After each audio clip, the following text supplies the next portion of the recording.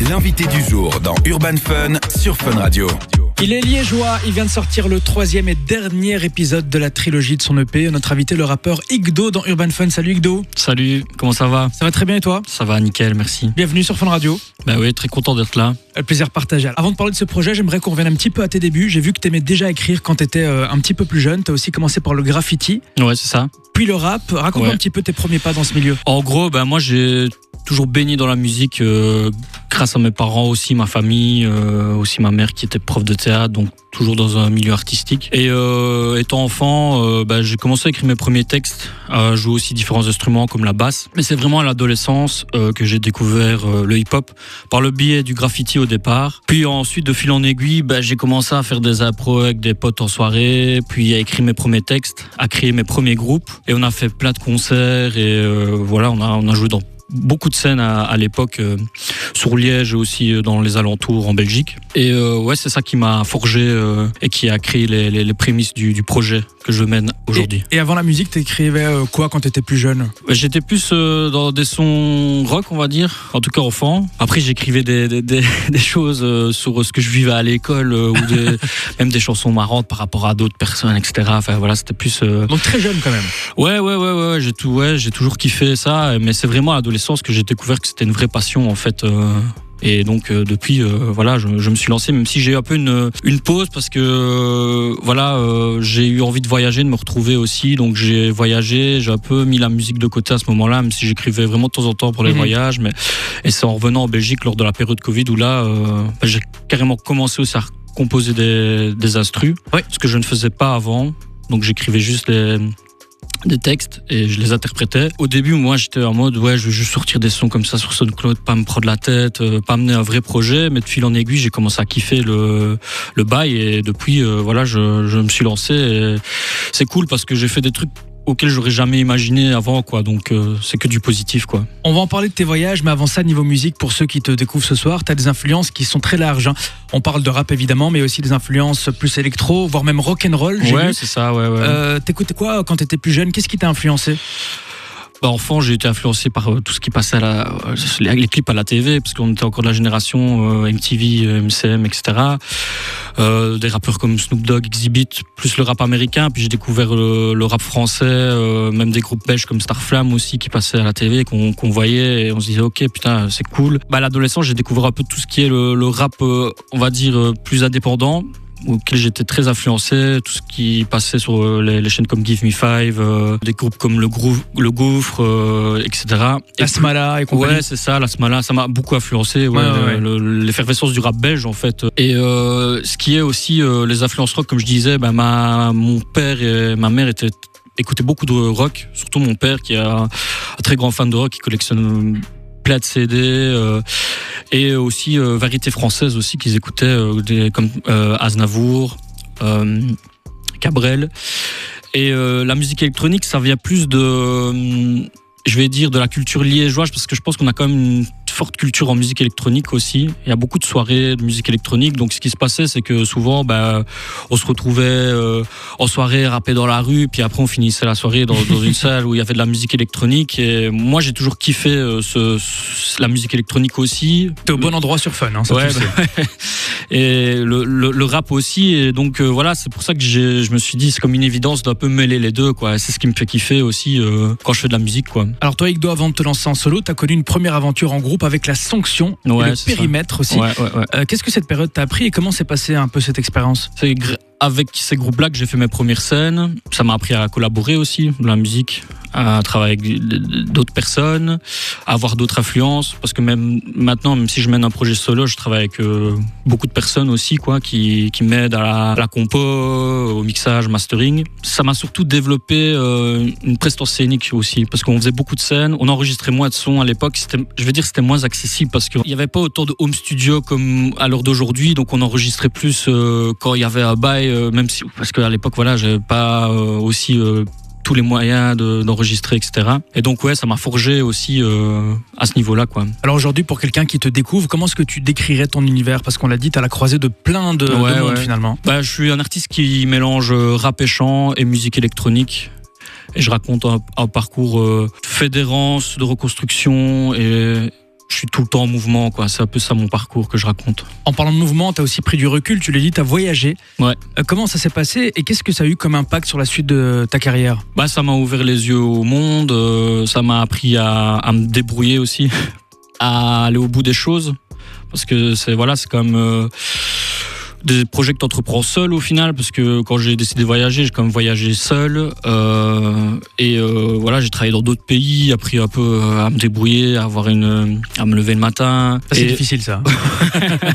Ouais, c'est clair. Et ça m'a forgé. Et d'un côté, même si à ce moment-là, je faisais moins de musique, j'avais toujours l'esprit, un jour, je me disais, mais je reviendrai à la musique. Et c'est ce qui m'a permis aussi de revenir à la musique et de raconter aussi dans mes textes ce que j'ai vécu, quoi. Du coup, le nom de l'EP, La Route d'Igdo, ça vient de là alors? Ouais, un peu. C'est ça, en fait, parce que je vois un peu mon parcours artistique comme une route que j'emprunte. Parce que c'est un peu une route de vie, quoi. C'est un chemin que je parcours où je peux avoir des accidents, je peux me tromper de chemin, mais j'essaie toujours de retrouver mon chemin, d'être dans une ligne directrice. Et c'est un peu ça que ça raconte, quoi.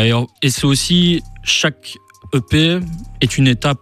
Et donc c'est des étapes aussi. Quand on voyage, on va d'une étape à une autre et on s'arrête. On regarde un peu ce qui se passe, on raconte ce qui se passe, puis hop, on change de chemin. Et ça m'a beaucoup aidé dans ma vie de raconter, parce que chaque EP a une couleur aussi spécifique, quoi. Et justement, Igdo, tu restes avec nous. On va s'écouter un extrait du dernier volet de cette trilogie, donc le EP La Route d'Igdo.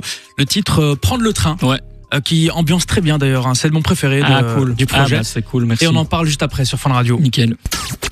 L'invité du jour dans Urban Fun sur Fun Radio.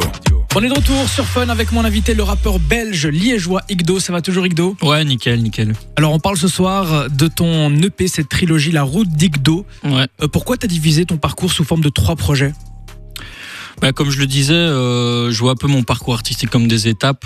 Et voilà, je pense qu'il y avait une première étape qui s'appelait Route du Destin, où j'ai raconté pas mal de blessures, parce que c'était une époque compliquée à ce moment-là que je vivais. J'ai vécu la maladie incurable de ma maman et j'avais envie de le raconter dans cette EP. Et puis, il y a eu ce second EP qui s'appelle Route des saveurs, ouais. Où j'avais envie de regoûter un peu aux saveurs de la vie. Donc, c'est des sonorités un peu plus ensoleillées par rapport au premier, qui est un peu plus introspectif. Et alors le troisième, là, j'avais envie d'emmener les auditeurs vers un autre univers qui est plus électro, plus aérien. Il ambiance très bien le troisième. Ouais, c'est cool. Franchement, merci. J'aime beaucoup.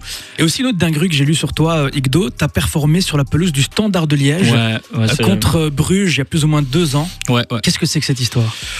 C'est un peu une histoire incroyable. En fait, il y a le Standard qui a fait un appel à candidature pour permettre à des artistes liégeois de la région de performer lors du premier match de championnat contre Bruges. Moi qui suis supporter, qui suis encore abonné, j'ai encore été dernièrement, même si c'est compliqué pour le moment. Ouais, tu restes un rouge. Ouais, dans le cœur. Et j'ai vu ça, je me suis dit, je vais m'inscrire.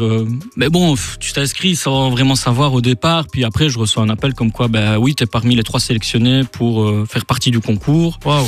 Et il faut faire une vidéo, il faut envoyer une vidéo pour qu'on la poste sur les réseaux et c'est le public qui va voter.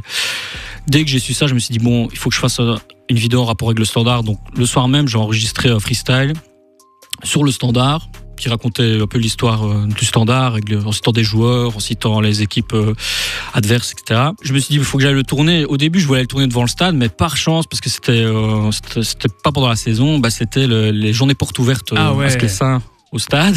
Donc on arrive là, j'ai checké 2-3 potes, mon père aussi qui est venu. Et donc on a été tourné dans le stade, on a fait la vidéo et ça a super bien marché en fait. Donc le public a vraiment kiffé, ils ont vraiment voté en masse pour la vidéo et ça m'a permis de faire ce concert d'ouverture sur la pelouse du Standard. Qu'est-ce que ça t'a fait à ce moment-là? Ouais, c'était quelque chose d'incroyable. C'est un ascenseur émotionnel de dingue parce que quand t'arrives là, moi qui suis supporter depuis petit, jamais j'aurais imaginé me retrouver au milieu de cette pelouse devant 20 000 personnes en avant-match. Et en plus, c'était un match symbolisé pour la lutte contre le racisme. Donc il y avait tout un événement autour de ça. Et donc je me retrouvais là au milieu de plein d'enfants aussi qui étaient masqués parce qu'il y avait une chorégraphie avec cet événement-là. Et c'était incroyable de me retrouver là et d'interpréter mes morceaux aussi dans un stade comme ça. Faire venir tous mes potes aussi qui étaient là dans le stade et qui ont vu. J'ai pu permettre aussi à certaines personnes qui sont supporters de venir sur la pelouse aussi. Enfin voilà, c'était un moment un peu hors du temps, quoi. Trop bien, bravo encore. Igdo, tu as aussi participé à une compétition musicale de rap belge sur un autre média. Comment t'es arrivé là et qu'est-ce que t'as retiré de cette expérience? Là aussi, il y a eu un appel en candidature, donc j'ai envoyé ma vidéo. J'avais fait une vidéo sur un ton assez humoristique, même si dans mes projets je peux être plus introspectif comme tu as pu l'écouter et comme vous pourrez l'écouter, parce que des fois j'ai envie de lâcher prise, j'aime bien faire un peu des trucs déconnés, pas tout le temps être sérieux. Tu restes un liégeois. Ouais, c'est ça aussi, c'est l'humour ça. C'est dans le sang. Ouais, l'humour, le sens de la fête. Et donc j'ai envoyé la vidéo, il y a eu une première émission, ils ont passé 50 vidéos et le public devait voter, mais aussi un jury mystère, et moi j'avais fait une com autour de cet événement là et tout, et le public a voté en masse, donc j'ai fait partie des 15 finalistes pour participer à l'émission. J'ai été à l'émission.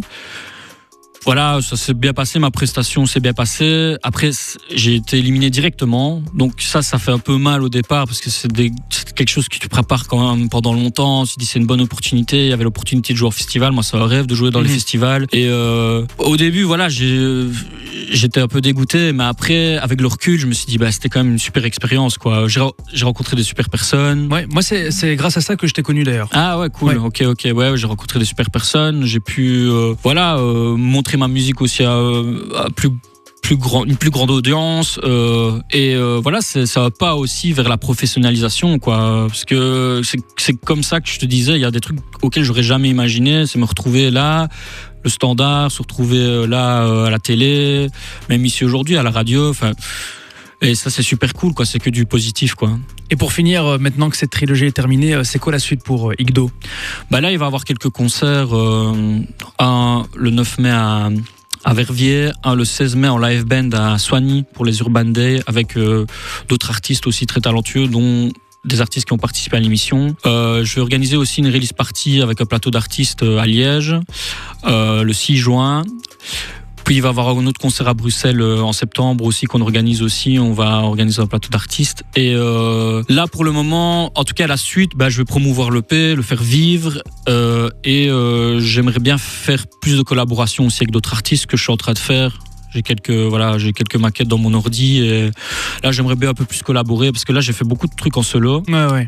Et j'aimerais bien un peu, même si je l'ai toujours fait, collaborer, mais il n'y a pas tout qui est sorti, et là vraiment sortir plus de collabs, quoi.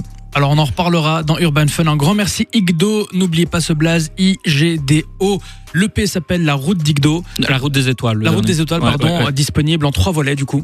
C'est ça. En fait, les 3 volets ont chacun un nom différent, mais il y a toujours le mot route qui revient. Donc le premier s'appelle Route du Destin, le deuxième Route des Saveurs et le troisième Route des Étoiles. Allez checker ça. Un grand merci Igdo d'être passé sur Fun. Merci à toi. Et à très bientôt. Merci.